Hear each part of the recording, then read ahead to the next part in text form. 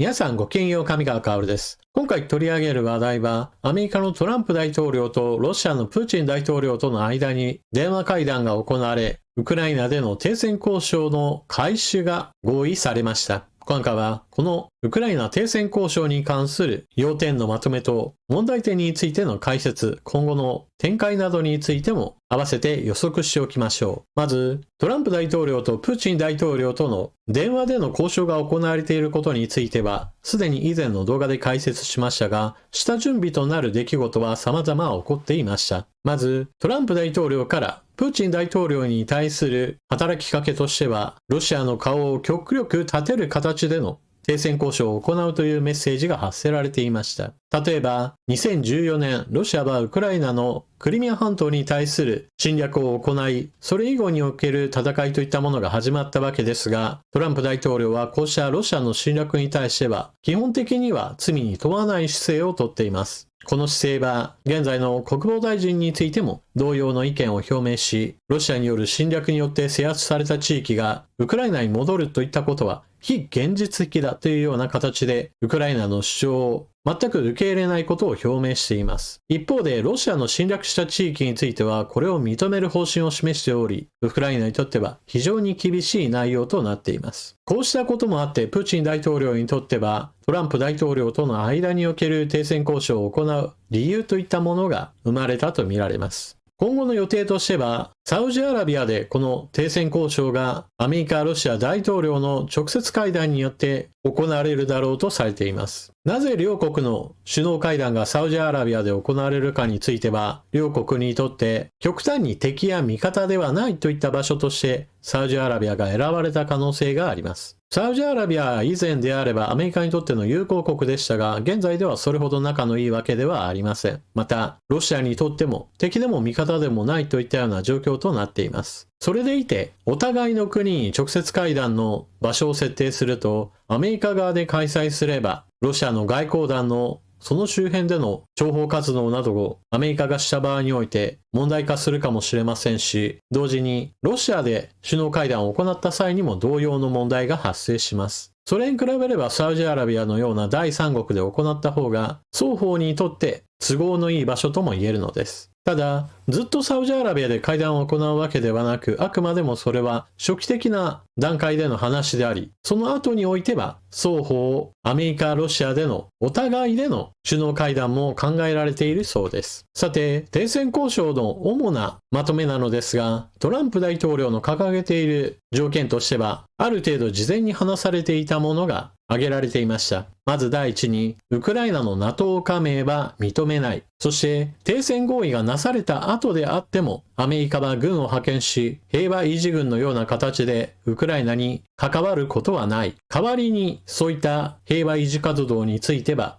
ヨーロッパの国が担うべきであり、しかもそういった活動を行っているヨーロッパの軍隊がロシア軍に攻撃されたとしても、それは NATO の集団安全保障体制下における共同防衛の義務を負わないということを条件とする。たとえイギリス軍がロシア軍に攻撃を受けたとしても、ドイツ軍が攻撃を受けたとしても、イタリア軍が攻撃をされたとしても、それはあくまでも個別の事案であり、アメリカとしては全く無関係であり、さらに NATO の加盟国が攻撃されたという事実があったとしても、それは NATO の全く関与しない形での平和維持部隊として活動しなさいという条件です。続いて、停戦合意がなされた後におけるウクライナに対する支援については、ヨーロッパが主体となり、アメリカはそれより以下にするという割合といったものを考える。従来はアメリカの軍事支援がヨーロッパ全体と比べてみても多いといった状態になっていました。トランプ大統領はそうした状況がヨーロッパの問題であるにもかかわらず、アメリカにおんぶに抱っこでその負担を押し付けていると不満を述べていました。ですから、この割合を逆転させ、ヨーロッパが主体であり、アメリカは大きく支援を縮小させるといったようなことを述べています。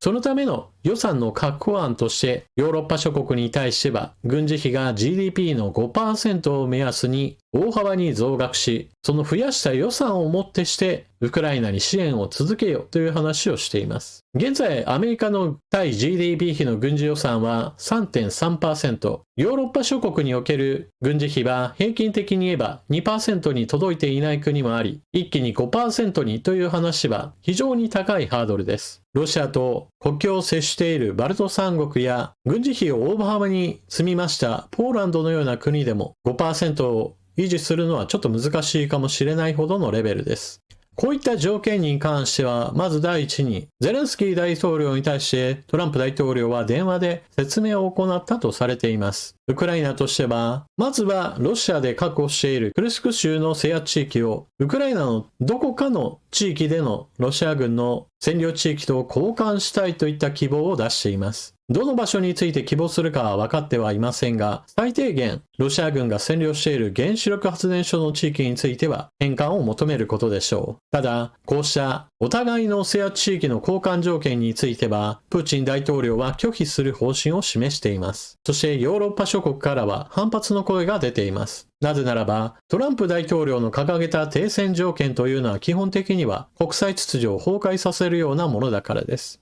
まず第一に、軍事力を持って他国に侵略し、その制圧した地域を自国に併存するといったことをアメリカが公然と認めることは、当然のように今後同じようなことが起きた時に、それも認めるのかという話へと進んでしまいます。トランプ大統領としては、現在のロシア軍の制圧地域については何も言わないといったことを述べていますから、こうしたロシア軍の侵略を認めるといった行為に対する批判は当然出るでしょう。ただ、この点に関してはトランプ氏としては、ロシアが自国領に組み込むことに対して認める認めないについての話はせず、まずは現状について戦闘を収めるためには、ロシア側の条件をある程度飲むべきだとしています。ウクライナとしては、ロシア領になることについては認めないという基本方針を示しつつ、いわば朝鮮戦争における休戦状態のようなものであって、決してロシア領になることを認めるわけではないという考え方を示すでしょう。そして、ロシアのプーチン大統領にとっては非常に都合の良い和平提案なわけですが、だからといってプーチン大統領の望みが全て叶えられるわけではありません。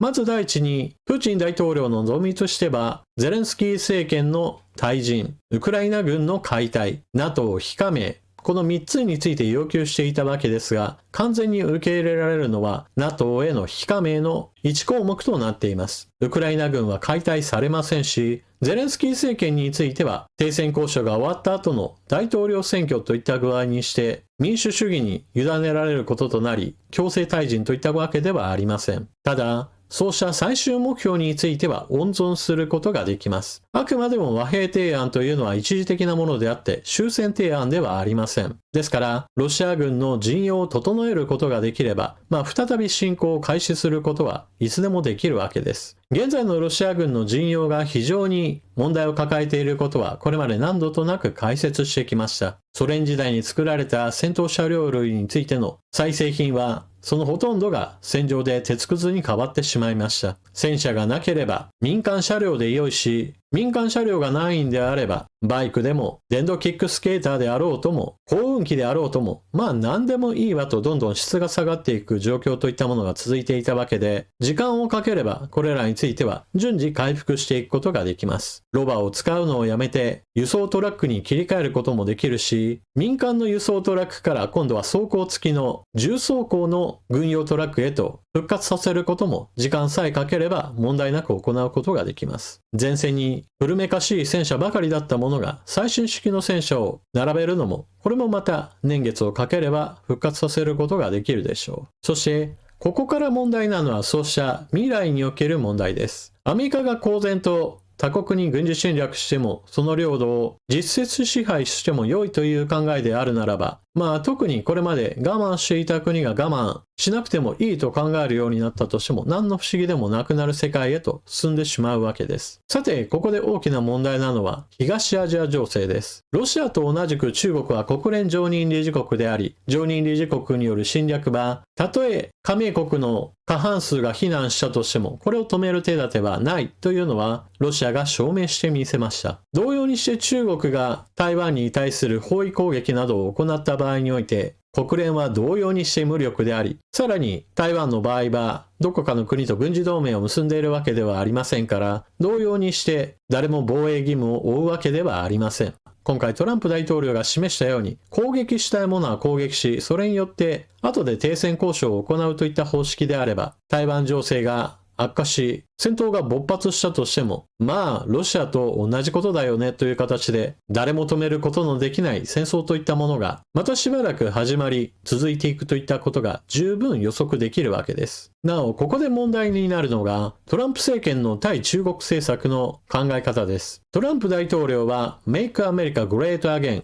偉大なアメリカを取り戻すという政策から中国を敵視しています。これは、中国がアメリカを追い抜いて覇権国になろうとする野望をはっきりと示しているからです。ただし、トランプ大統領から見た場合における台湾というものはちょっと複雑で、トランプ大統領はこれまで台湾の半導体業界などを中心としてアメリカの国益を損なうという形で台湾への攻撃を繰り返してきました。例えば現在の半導体業界においてはトップを走るのは台湾の TSMC や半導体関連企業としては NVIDIA などが最も勢いがあります。しかし、NVIDIA はあくまでも設計会社であり、その生産は TSMC です。そして、これまで生産拠点をしっかりとアメリカに持っていたインテルは、かつての勢いを完全に失っており、もはや半導体業界における主役とは言えなくなってきました。今のところトランプ大統領は台湾に対しては、ヨーロッパ同様に軍事費を大幅に積み増して、アメリカ製の兵器を買うことを求めています。アメリカの議会においては、台湾を守るべきだという声は大きいものの、トランプ大統領がどこまで台湾に対する防衛を考えているかは今のところ不透明で、今回のトランプ大統領によるロシアとの直接会談における和平交渉というものは未来に対する戦争の種をまくような行為だとも言えます。ロシアのプーチン大統領にしてみれば次の侵略のための軍事力を整える時間となり、そしてこの前例をもって中国もまた動きやすくなるということは年数が経った後にロシア、中国が同時期に軍事力を使った場合において世界はもはやなすすべもないといったような状況を生み出すかもしれないのです。というわけで今回はアメリカのトランプ大統領がロシアのプーチン大統領との間で和平交渉を開始することで合意したと発表しました。今のところこの展開は大国による小国に対する軍事力を使うことが、非常にハードルが低くなることを意味しており、戦争に関しては大幅に時計の針が戻っているような状態です。皆さんは今回の話題についてどのように思われるでしょうか。ぜひともコメントしていってください。それでは動画を最後までご視聴いただきありがとうございました。チャンネル登録していない方はこれを機会にぜひともチャンネル登録よろしくお願いします。それでは次の動画でまたお目にかかりましょう。またね。